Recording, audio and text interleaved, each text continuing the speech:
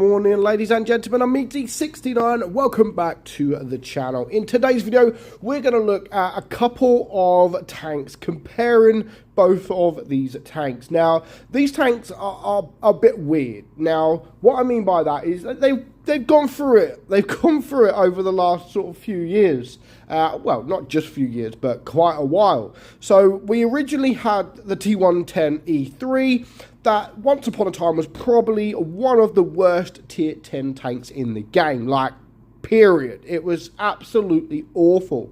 Yes, the armor profile was pretty decent, but other than that, it was really, really poor. It was slow. It was just boring, you know. It was boring. And then we had the T110E4, completely different tanks compared to the E3. Obviously, it's got a turret, and it just performed much better. Now, it wasn't ever like an amazing tank. It was actually a disappointment because of the T30, which was the tier 9, being so good. So the T30 was really, really good, and then you go up to the tier 10, which was the E4, and it just wasn't as good. It was good, but it wasn't as good as the T30. Now, both of these tanks have gone through it. They really have gone through it, and they've come out the other side. They really, really have. And where at one point we were talking about which one's the worst, we're in the game, not just sort of compared to each other, it's which one is the worst tank destroyer sort of in the game. We're now looking at both of these tanks and we're comparing, thinking, you know what one is the best? Like, it's very hard to compare both tanks because both of them now are absolutely fantastic. So of course we're going to look at the stats and then we're going to get into a game with each tank and then talk about which one I prefer. So the E4, as you can see, we're going to standardize the you know, the layout as best as we can. So the DPM standard on the E4, 3,206.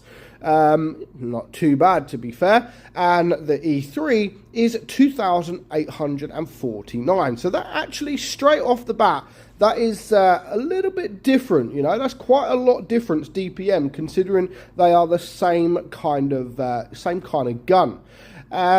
It's a big difference there. However, the penetration on the E3 is better than that on the E4. However, the E4 has heat. So you switch to heat, it's got 365. You switch to APCR, it's got 375. But then you start running sort of calibrated shells, and you can see that the penetration is then slightly up on the E4. So you can move things around. You can change things around as much as you like, really. Right, so here we go. Where were we? So the rate of fire is 5.9 on the E4 and 4.19 on the E3. So that means the reload, I mean, just 11.79 seconds on the E4 and 14.3 on the E3. So again, that is a lot of difference. Caliber gun is exactly the same. Shell velocity a little bit better on the E3. And then we start going down to the aim time, gun accuracy, etc. Which aim time and the dispersion are both better on the E3. Also, the gun depression as well is better on the E3 at 8 degrees, which is actually very, very nice. Speed, now this is where it used to be really, really different. So the E4 used to be fun because it was a lot quicker than the E3. Now it's 37 kilometers per hour and the E3 is 34. So not a lot in that at all. I mean, 34, it used to be a lot slower, like a hell of a lot slower. Armor profile, so obviously the E3 hasn't got a turret. 258 millimeters on the front of your turret on the E4, which is pretty solid, and 254 on the hull. However, the E3 has a standard 305 millimeters on the front plate of this tank. So both of them are a lot different. I mean, they are a lot different. And it's actually very, very hard to actually pick a favourite. Like, you asked me a couple of months ago, the E4 was probably one of the worst tanks in the game, and the E3 is one of the most strongest tanks in the game. I would have all day long picked the E3. But Wargaming, of course, they buffed the E4 not so long ago, and they buffed the thing that I've always said that they need to either remove or they need to buff, and that is the hatch. Now, the E3's hatch is very, very, very strong. Like, very, very strong. And that is just something that E4 needed, you know. I wasn't asking to sort of remove it completely or make it completely impenetrable, but just give it the same kind of hatch as the E3, you know. Even if it had the same hatch, it doesn't have the same hull. Yes, the hull is still strong, but the hull on the E3, the whole armor on the E3 is still a lot stronger. So keep that the same. That wasn't ever the problem. It was just always the hatch, and everyone would just go for the hatch because it was just a very, very easy target. But now Wargaming have buffed that. Honestly, they have changed pretty much the whole tank. It is so much better. The tank is 10 times better, just with a little change. And of course, with the camouflage as well, I just think it looks fantastic. The tank, honestly, look at it. It looks absolutely beautiful. The turret is very, very strong. And not only that, but yes, there are weak points, but look at the size of the gun mantlet. Like, you can just sort of move your gun mantlet, move your turret side to side, and you'll be able to get bounces on that gun mantlet because it is just so big. So yeah, even though you don't have the best of turrets, it's still strong, but you can make it even stronger by wiggling that turret of yours. And yeah, I just love that both tanks. Absolutely love both tanks. I thought I wouldn't see I wouldn't hear me ever saying that I love the E4 as much as I love the E3, because yeah, it was never happening. It was never happening at all, but it has happened. The E4 has been made just a lot stronger, and it is now a much more enjoyable tank to play. So we're just going to get a nice high roll there, 788.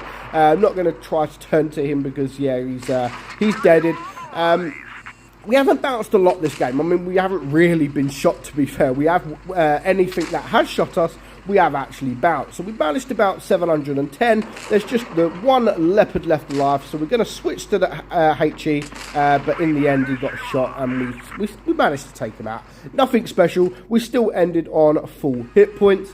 And that's the way I like it. So we're going to move on straight away to the E3. So we're going to remove that and then the E3. Now, the E3 is always, since it has got that mega buff, it's always been close to my heart, you know. I've always absolutely loved it. And also the thing that I really, really love about the E3, not just now that it looks fantastic, but where we was talking about the speed earlier, it's only a little bit slower than the E4, but however, this also has the special speed boost, which makes it go even faster.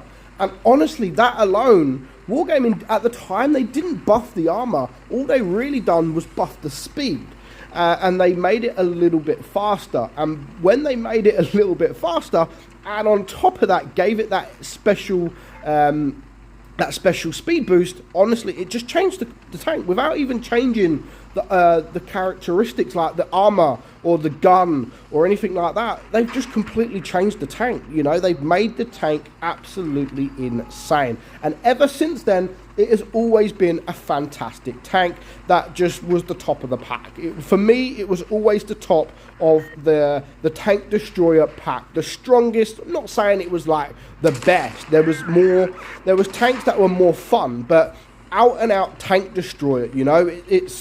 It's got the armor, it's got the gun, it's got the decent speed now as well. It is just an amazing tank destroyer. But still, both of these tanks I probably would never play as a tank destroyer. They're not tank destroyers as such. Yes, they got the big alpha. They are slower, but they've got the armor. They really do have the armor to deal with these tanks, with these heavy tanks. So try and play it frontline, you know, go frontline, especially something like the E3. As long as you've got a bit of protection, as long as you've got a bit of cover, you'll do just fine. And of course, the E4 does do better in that kind of sense because it does have a turret. It makes it a lot more difficult for the enemy to be able to circle you. If you get caught out in the E3, then they shouldn't have too much of an issue dealing with you, to be honest. If they can get behind you, then you could be in a lot of trouble. So if you do sort of play frontline in the E3, always make sure that you have some form of cover. Otherwise, you will find yourself caught out, and the tank then probably won't look too good. So we're going to finish up on the E3 game. It is a 3 versus 4, so already it's a very tough ask. You know, we've got to carry this team. We've got to do a lot of damage, but luckily for us, we do have armor, we do have a big gun, and we can use that to our advantage. So far, I've managed to bounce 1,560 damage. I'm on 2,300 damage. There's another block damage from the 113, which is I need. The 113 is fantastic DPM, and if I get caught out against this guy, he will make me suffer. But yeah, here we go. We've managed to block 2,900 damage in total, and we do manage to get a beautiful high roll against this guy, and there's not going to be too much he can do, especially with the help of my E100. Now luckily I do get his help because he had me there. He did have me, and with his DPM he could have really bullied me there, but with the help of my E100 we did manage to get rid of him. But time's ticking. We're actually almost losing on supremacy points, so we do need to cap a base. It's a 2 versus 2. I do still have quite a lot of hit points, so I'm not worried. I'm not worried, especially if our E100 just sits there and caps the base. So there's the object 268. We're going to get the shot, bring him down to a one shot. Now, so far, we've bounced 3,160 damage. So we've actually, we've bounced quite a lot. I think we've done a good job with our armor. And it does go to show just how good the armor profile on this tank can actually be. Now, we'll leave that Leopard. He's only on 94 hit points, no problem. You stay alive, and we did manage to win the game. So overall, what tank do I prefer? Do I prefer the E4, or do I still, after all these years, prefer the E3?